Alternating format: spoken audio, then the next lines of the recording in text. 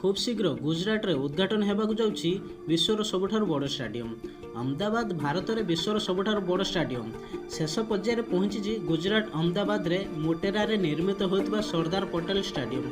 खूब शीघ्र एही स्टाडियम उद्घाटन हेबाकु जाउछि। भारत गस्तरे अमेरिका राष्ट्रपति डोनाल्ड ट्रंप आसिबाकु थिबा बेले प्रधानमंत्री नरेंद्र मोदी के सह एही स्टाडियम उद्घाटन करि पारंती।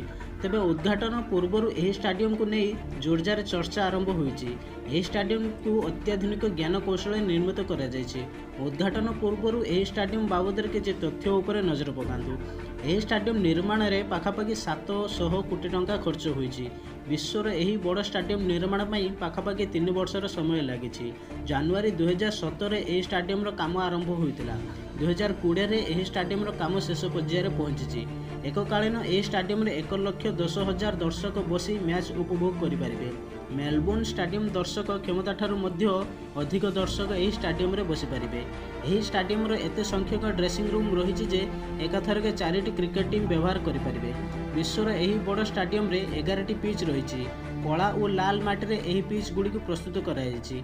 प्रथम थर पई एही स्टाडियम को आलोकित करने को एलईडी फ्लड लाइट व्यवहार करा जायछि।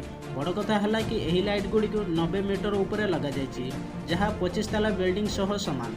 वर्षा कारण एही स्टाडियम रे बेसी समय पानी जमी रहिबो नाही। स्टाडियम को एमिति कौशल रे निर्माण करा जायछि जहाँ द्वारा वर्षा हेले मात्र 30 मिनिट मध्य ग्राउंड को खेल उपयोगी करा जाई परिबो।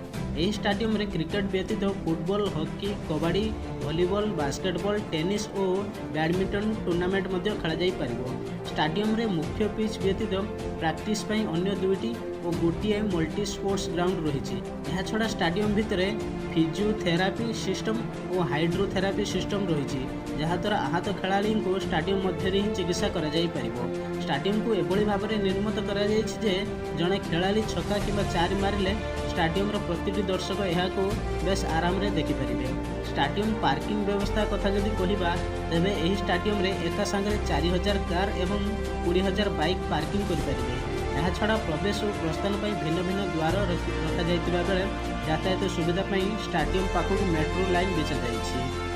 क्रिकेट पागल देश एठारे क्रिकेट को पूजा करिथांती लोके आउ एभली क्रिकेट प्रेमी गुजरात रे उद्घाटन हेबाकु जाउछि विश्वर सबुठारु बड़ स्टाडियम। पूर्वर विश्वर सबुठारु उच्चतम प्रतिमूर्ति स्टैच्यू ऑफ द यूनिट चर्चा को आसिथिबा गुजरात एबे सबुठु बड़ क्रिकेट स्टाडियम चर्चा को आसिबाकु